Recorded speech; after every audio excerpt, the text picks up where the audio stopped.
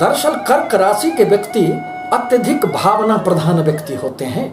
वह अत्यधिक संवेदनशीलता उनमें होती है। वह कोई भी निर्णय अपने भावना से ही, अपने हृदय से ही लेने का प्रयास करते हैं। अतः कभी कभी उन्हें जीवन पथ पर अनेक प्रकार की समस्याएं भी उत्पन्न हो जाती है।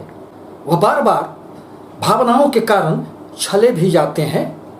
दूसरा व्यक्ति उनका उपयोग कर लेता है।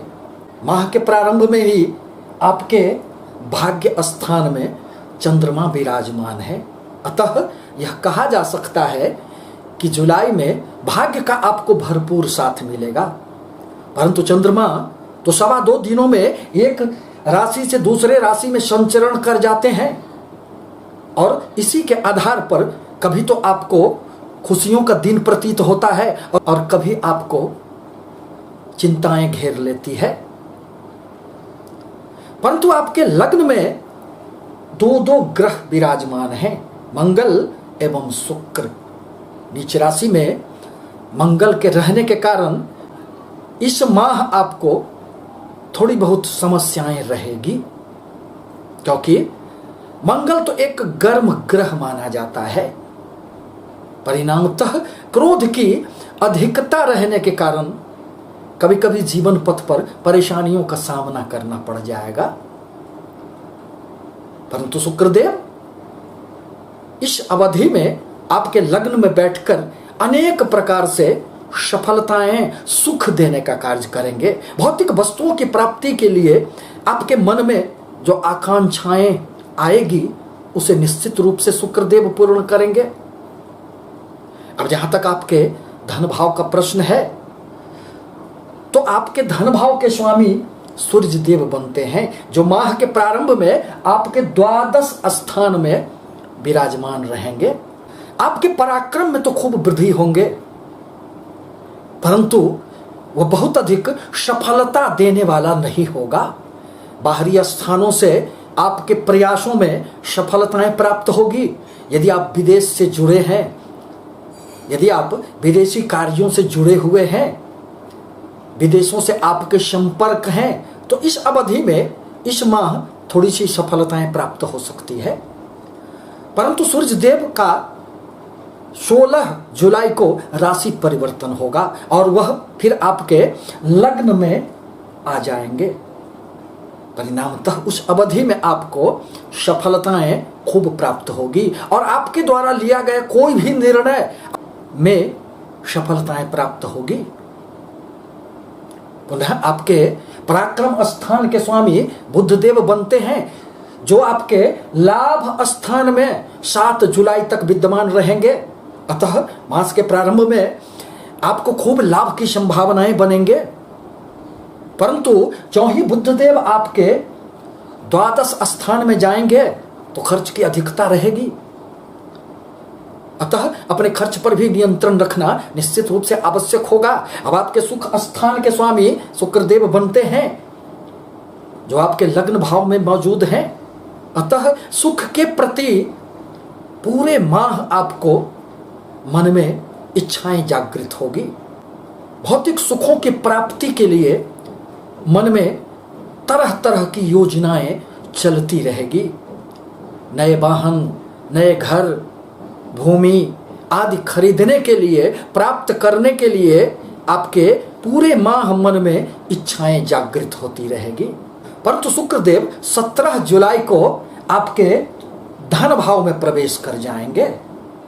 परिणामतः धन भाव में शुक्र के आ जाने से आपको धन का खूब लाभ होगा। धन के क्षेत्र में आपको वृद्धि होंगे, अचल संपत्तियों का लाभ होगा, क्योंकि धन के कारक तो शुक्र देव ही होते हैं। किसी भी प्रकार के भौतिक वस्तुओं का ग्रह तो शुक्र देव ही होते हैं। अतः धन भाव में आकर वह आपको अचल संपत्ति का निश्चित रूप से लाभ देंगे। आपके पंचम विद्या बुद्धि संतान भाव के स्वामी मंगल देव बनते हैं, जो माह के प्रारंभ में नीच अवस्था में शुक्र के साथ आपके राशि में ही विद्यमान हैं, आपके लग्न में ही विद्यमान हैं। अतः इस अवधि में शिक्षा में थोड़ी सी समस्याएं रह सकती है।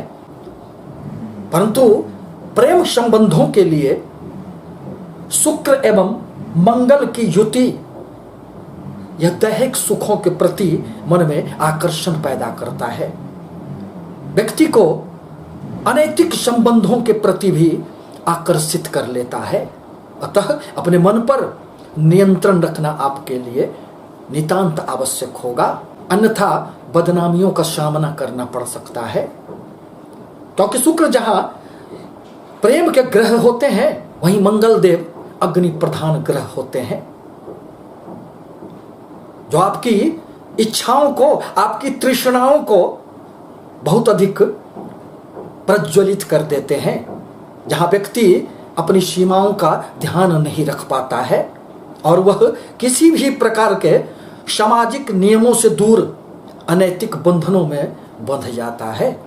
अतः आवश्यक है कि प्रेम संबंधों में आपको संभल कर कदम रखने की आवश्यकता होगी। आपके छठे भाव के स्वामी देवगुरु बृहस्पति बनते हैं, जो आपके अष्टम भाव में वक्रगत अवस्था में विद्यमान है। अतः आपको यदि आप ऋण लेना चाहते हैं तो इसमें सफलताएं प्राप्त होगी, शत्रुओं पर आप हावी रहेंगे। किसी भी प्रकार का कंपटीशन वगैरह यदि आप देना चाहते हैं, प्रतियोगिता परीक्षा देना चाहते हैं तो उसमें सफलताएं प्राप्त होगी, क्योंकि यह एक विपरीत राजयोग का भी निर्माण कर रहा है। सप्तम भाव में शनिदेव विराजमान है और वह भी वक्रगत अवस्था में। परिणामतः राहु की 9वीं दृष्टि शनि पर जो पड़ रही थी और शनि में अनेक प्रकार के अशुभ प्रभाव उत्पन्न हो गए थे, वह जब तक शनिदेव वक्री रहेंगे अब राहु का दुष्प्रभाव इस पर नहीं पड़ेगा। अतः धीरे धीरे अब आपके व्यापार के क्षेत्र में खूब उन्नति होंगे, क्योंकि शनिदेव तो स्वगृही विराजमान है। परंतु पति पत्नी के संबंधों के लिए यह शुभ नहीं कहा जा सकता है। पति पत्नी के प्रेम संबंधों में मंगल देव भी अपनी 7वीं दृष्टि से अशुभता पैदा कर रहे हैं। आपके मध्य, पति पत्नी के मध्य एक अहं की टकराव हो सकती है। अतः आवश्यक है कि आप एक दूसरे के साथ बंधे हुए रहें। पुनः आपके अष्टम भाव में गुरु विद्वान है, अतः थोड़ी बहुत स्वास्थ्य की समस्याएं तो रह सकती है, परंतु गुरु के 3 दृष्टियों में अमृत का वास रहने के कारण इस माह आपको निश्चित रूप से इसका फल प्राप्त होगा। देवगुरु अपनी 5वीं दृष्टि से आपके व्यय स्थान को देख रहे हैं, अतः किसी भी प्रकार का बहुत अधिक व्यय करने से यह आपको रोक देंगे। आपके अधिकांश व्यय शुभ कर्मों में ही होंगे। पुनः देवगुरु की 7वीं दृष्टि आपके धन भाव पर पड़ रहे हैं, अतः आपके धन में निश्चित रूप से वृद्धि होंगे। और 9वीं दृष्टि आपके सुख स्थान पर पड़ रहे हैं। थोड़ी बहुत मन में निराशाओं का भावना तो जागृत होगा। कभी कभी आपके बनते हुए काम बिगड़ जाने से कष्ट उत्पन्न हो सकता है, परंतु जीवन तो चलने का नाम है।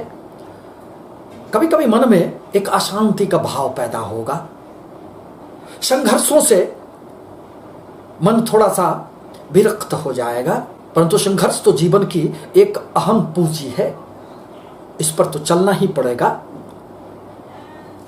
आपके भाग्य स्थान के स्वामी देवगुरु बृहस्पति बनते हैं, जो अपने से 12 वक्रगत अवस्था में अष्टम भाव में विराजमान है। अतः भाग्य का बहुत अधिक साथ नहीं मिलेगा इस माह। देवगुरु वक्रगत अवस्था में आपके 7म भाव का फल भी देंगे। अतः यदि आप व्यापार में हैं तो निश्चित रूप से व्यापार में आपको इस माह उन्नति तो होंगे। खासकर माह के दूसरे पखवाड़े में जब सूर्य आपके लग्न में विराजमान हो जाएंगे एवं शुक्र का राशि परिवर्तन होगा, मंगल का भी धन स्थान में राशि परिवर्तन होगा, तो ऐसी परिस्थिति में आपको निश्चित रूप से अनेक सफलताएं प्राप्त होंगे। कर्म क्षेत्र के स्वामी मंगल देव बनते हैं जो भी लग्न में विराजमान हैं, आपकी राशि में विराजमान हैं नीच अवस्था में।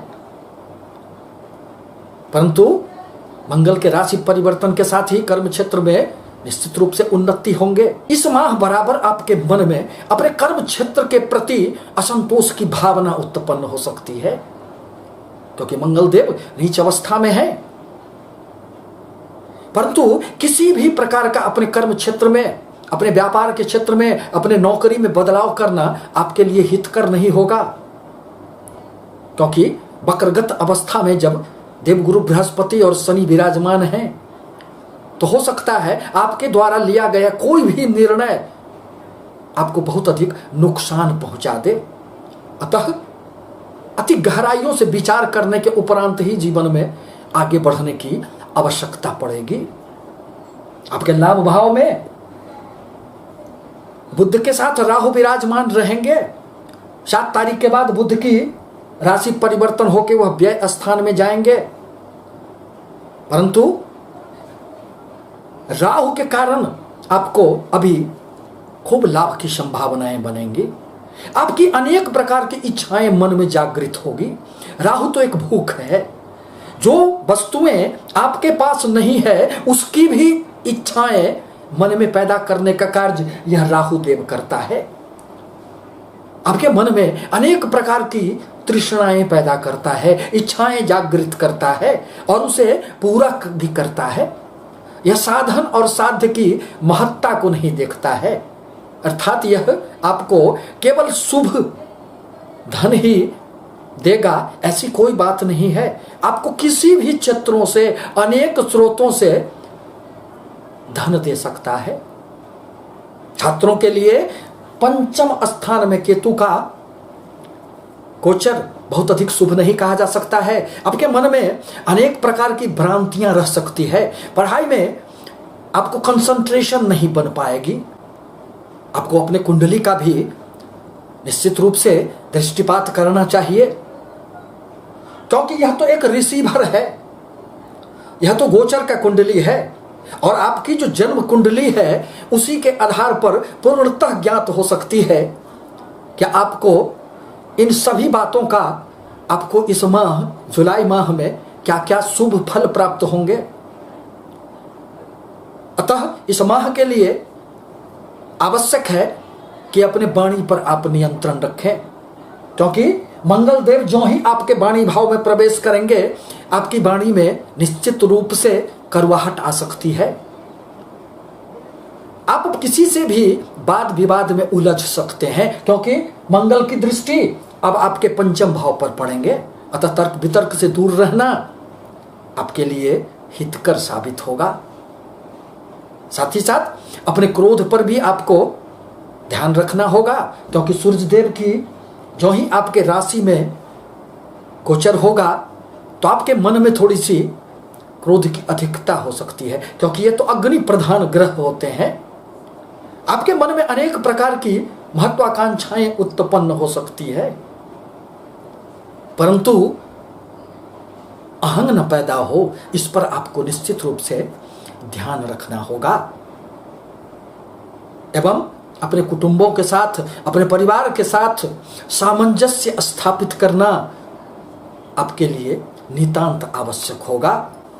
प्रत्येक सोमवार को शिव जी पर जल अर्पित करें एवं देवगुरु के बीज मंत्रों का जाप करना भी आपके लिए नितांत आवश्यक है। आपसे निवेदन है कि हमारे चैनल को लाइक करें, सब्सक्राइब करें, ताकि मैं अपने विचारों से आपको अवगत कराता रहूं। धन्यवाद।